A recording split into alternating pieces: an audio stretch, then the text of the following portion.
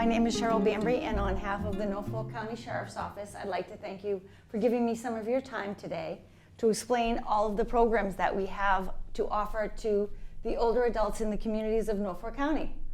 So the first program I'm going to mention is the File of Life. The File of Life is the little red card I believe I gave you. And what this is you fill it out in pencil, and it has all of your medical information on it, and it has all of the contacts that you need in case of an emergency. So this little one is great because it fits in gentlemen's wallets, and this fits in women's purses. And this is also great for when you go on day trips with the senior center, or you go anywhere. And a lot of people use this as like a bus pass to get on the bus pass, or you can't go on the trip unless you have something like this, just in case of an emergency. Then we also have the larger size, which this one is, it has a magnetic background, so you can stick it on your refrigerator or somewhere with a metal in your house, so that when someone has to respond to your house in case of emergency, whether it be the fire, police, the ambulance, they'll see this and go right to this and know what's, possibly what could be going on with you.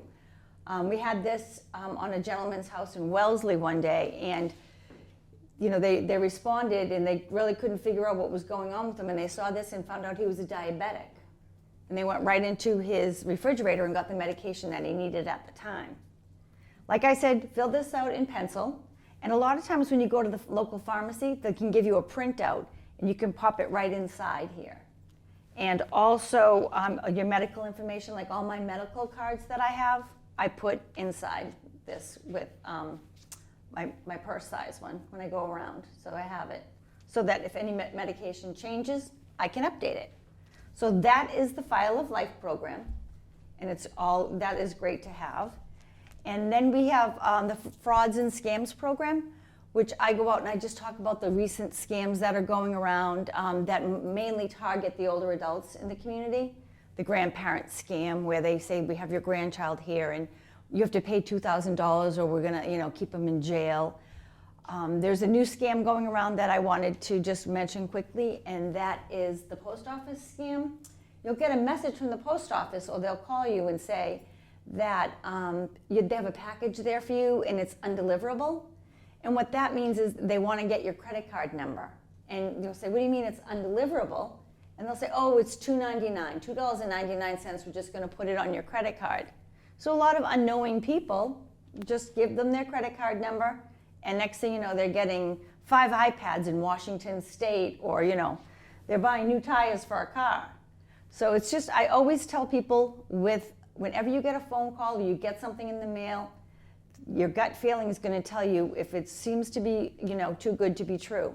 And when frauds and scams, always remember, it's always a problem or a prize. They're going to talk fast, they're going to have you make quick decisions, and they're going to just try to get you to do what they want you to do. Never go out and buy gift cards. If they tell you to go to the store and get some iTunes or gift cards, don't get them. That right there is the definite identifier of a fraud or a scam that's going on. Immediately when you get a phone call and it's a robocall and they're saying, this is the Social Security, this is IRS, just immediately hang up. Don't interact with it at all, because once you press a button, that could bring you to another option, another website. So they're never going to call you. They'll always send you something by mail. And if you question it, don't call them back, because they're going to give you a different phone number. Talk to a trusted family member or friend that you can say, maybe this isn't the right thing to do, forget about it, or they'll help you investigate it. So that's the frauds and scams. Then I also do fall prevention, where we go room to room and we talk about different hazards that could cause you to fall. And with a fall, you stay 2 times longer in the hospital than you would if it was like a sickness or like a flu or something. And then you're going to have to go to rehab normally after that. So that's a big thing I find with a lot of my older adults. They want to stay in their home. They want to be able to, live well in their homes for a long period of time. So that's why we do fall prevention. It's not that you don't know how not to fall. It's just to remind you to think of things again. Anything that you use all the time, put right in front of you. Don't have to reach up onto the shelves and grab it. Don't, make sure there's a light at the top of the stairs and at the bottom of the stairs so that there's never a dark time that you're walking up and down.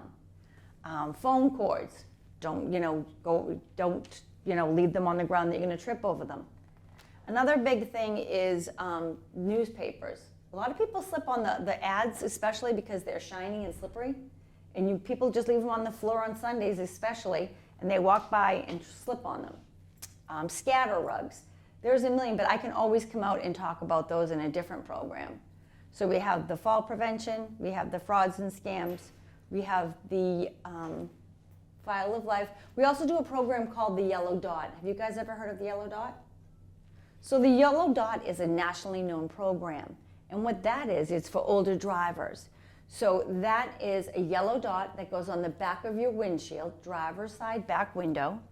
And then it comes with a small manila envelope that we're going to take your picture and we're going to put it in your glove compartment. And it all has all the same information as the file of life does, but only it's on a flat white card.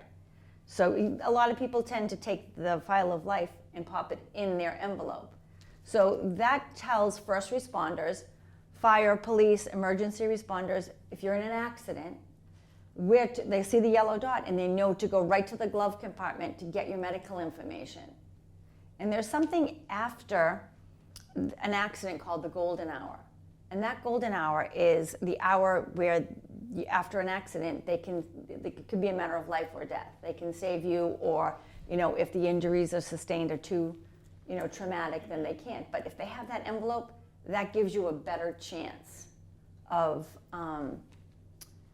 getting the help that you need and keeping you safer. Who do you think crashes more, men or women? Men, for sure. Yes, men do, because they drive more. But women typically have more accidents. Is in the percentage of driving. Yes, exactly, because the men are driving them all around, most of the time. And so that, it is one of the things, but then the other thing is, who sustains a worse injury in a fall, a man or a woman? A man does, because they fall harder and hit the ground harder because of the size of their body mass. I have all these little facts, things that I know in my brain that I'd like to throw out there. How much does a fall cost? Roughly. $30,000. $19,400 for a fall. And that doesn't include the follow-up visits after you've fallen at the doctors. That includes the ambulance and the hospital stay and the rehab. The ambulance is expensive. Yes. A lot of people are privatizing the ambulances now, a lot of companies and hospitals. Really? Yes, so that leads me to my next program, which is the Are You OK program. Now, the Are You OK program started in 2002. So I've been doing that program for about, over 20 years. And it's a great program, and all of our programs are free. Sheriff Patrick McDermott has made it possible that all of the programs that we promote throughout the county are free. You never have to pay for any of them. Now, this program is, we've worked with over 4,000 seniors over the years that we've been doing it. It was developed by a man in 1981. His name was Bruce Johnson. He developed it because he was a traveling salesman and he hated to leave his parents home alone all the time without being checked on. So he developed Are You OK? Are You OK program is Monday through Friday. We're working on trying to get weekends and holidays. And we call from 6 a.m. to 10 a.m. And each call, you can pick the day you want to be called. It could be all 5, or it could just be Monday, Wednesday, Friday, or Tuesday, Thursday, whatever days you need. And you can pick the time. So you pick the time, and that would be a time that I would suggest that you're up and you're settled for the day and you want to get going. And your caregivers may be coming a little bit later, or if you don't have any, just that when you're ready to start your day. The program takes 14 seconds from start to finish on your end. So the call goes out. It is a robocall. It's computer generated, but I'm monitoring every call. So I'm sitting there and I can hear your voice. So if you say I'm not okay, I'm going to know that. And a lot of people say, well, are you going to call the police and they're going to come kick my door down if I don't answer? That's not what's going to happen. police are the last resort. We have a procedural way that we work the program with each city and town in their police departments. They tell us how they want to proceed. Millis, I believe, is call contacts first and then call them second. Where Medway is just like, oh, call us first. We want to be the first ones. They're a small town. So with this program, we've saved or assisted, like I said, I think over 250 people. And this program, like I always say to people, why not have it? It's absolutely free. We all know someone that's been on the ground for hours, and then I get the people that say they don't need it, and my kids check on me. Well, 2 weeks ago I had a gentleman that he's on the program. I called his son and I said, your dad's not answering, do you know where he is? And he said, he's fine, I talked to him last night. And I said, your dad typically answers every day, he never really misses a call. So when I sent the neighbor over to check, the man was on the floor and he had to be transported. He was okay, but he did have to be transported. So with this program, I don't take anything for granted. I have to make sure that you're okay. So if you don't answer within the first 10 minutes, then I will wait at least 30 minutes. That's the longest I'll wait, is to see if you call me back or someone from your family calls me, or I'm trying to get in touch with your contacts. Or once in a while, I'll call the local hospital if I know the person's been sick and just patient information, is Mary Smith there? And and they'll tell me that. I'm not being intrusive. But not only with that, it reassures your family and friends that you're going to be checked on and you're going to be okay. I have so many people that the woman's like, well, on my way to work, I call my mom every day. And if she doesn't answer every day, then my day, is off to a bad start. And a lot of people don't want to be burdens to their kids, but I'd rather be a burden by, I'd rather, have my mother get a call or you get a call than your burden after you've been on the ground for 3 days or 2 days or whatever, So then you do become a burden. But my mom has 5 kids. There's 5 of us, and she always says, "Oh, I don't need it. I'm fine. You kids check on me." Well, one day I was over visiting her, and I was in the other side, the other side of the house, and I could hear her screaming my name, Cheryl. And I'm like, oh gosh, best part of the movie. I'll go over. So my mom, who doesn't need any help from anybody, I went over there, and she had tripped and fallen and landed in the laundry basket. So of course I say my famous line, "Are you okay?" She was okay, of course, and then I took my phone and I brought it out. She had fallen into the laundry basket, and her legs were hanging over the side a little bit, so that they could touch the ground, but she was lodged in the laundry basket. So I said, "Oh, what do we have here? Are you okay?" And she said, "Yes, just get me out." So I took her picture, and she's like, "What are you doing with that? What are you doing?" I said, "The woman who needs no help from anybody, I'm going to send it to your best friend, and I'm going to send it to my brothers and my sister." So, Mom, you never know. You never know when someone's going to fall. I had a woman that just didn't sound great to me. So I called her back and I said, "Oh, you sound like you have a cold." And she said, "Well, it's January and I haven't had the heat for 3 days." And I said, "Well, what happened?" She said, and I knew that her boys were on a fishing trip. I said, "Oh, the boys are away." And she said, "Yes," because she had told me in a previous conversation. And she was calling, there's an Atlas liquor store and there's an Atlas heating company. She kept calling the liquor store asking them to come fix her heat. And they were just like, what is going on? So I called the senior center. They went and got her, brought her back, got her warmed up. She ended up having pneumonia, but she was okay. She was okay. So it's just the little things, And 14 seconds to just say, "I'm okay," and hang up and be done with it is much better than laying on the ground for 2 hours or, forever, and then having to go to the hospital, having this and that. And it's free, and it's very flexible. Like someone said, "Well, what if I forget?" Well, we all forget. So if you forgot, like I said, I'd wait half an hour, then I'd call your contacts, then I'd call the local hospital just to see if you're a patient there. You might have gone out the night before. And then the last resort is to call the police. And they're not going to go with the bells and whistles. What they're going to do is they're going to go and they're going to look at your house just to see, see if there's a neighbor that may have a key or see if there's a hidden key. And because a lot of times that I'll know if there's a key hidden or not. And they will check your mail, see if it's piled up, and then they'll just try to gain entry into the house. But 9 times out of 10, I can honestly tell you with all my years of doing this program that a family member or friend have seen you leave the house or they know that you're somewhere. They're, like, they know that you've left, or you had an appointment, or you're, something like that. This morning, a woman I called, I said, your mom Jackie, I can't find her. And she said, oh, she's sitting right beside me. She had a doctor's appointment. Didn't she call you? I said, no, but that's okay. As long as she's okay, that's all that matters.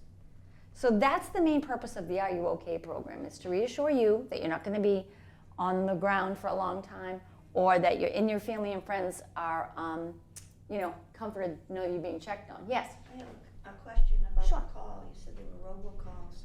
Is it the same telephone number that you see every time? Yes. Okay. So when you Because sign, a lot of people won't answer unless they can identify that telephone number. that's a great question. So on the bottom of the brochure that I just gave you, it has the toll-free number for you to call me if you're going to, I'm going away or whatever.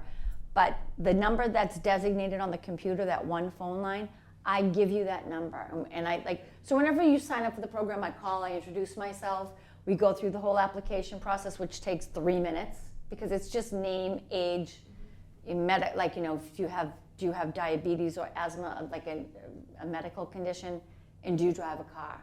I mean, that's basically the basic information that we do. And but what it does is we don't go into all of your personal information or anything like that. But I do give you the number, we write it down, and I'm getting magnets, I believe, made that we can stick them. But Good, thank you. and also this program, a lot of people say, well, I don't need it right now. I'm very busy. Well, a lot of people use it when their kids go on vacation. Like, oh, my son's going to Disney World for 2 weeks. Can you just call me for 2 weeks? Absolutely. I'm going to the hospital to have a surgery. Then I'm going to be home by myself for 3 days. Can you just call to make sure I'm okay? Yes. This program was invaluable during COVID because no one could get into anybody's homes or even the assisted livings. So what this was, I was kind of like a little bit of a lifeline. I could go to my office because I was very isolated and I wasn't in contact with people. But they would say, oh, I couldn't get my prescription, or I need someone to get it. So we would send someone to get the prescription.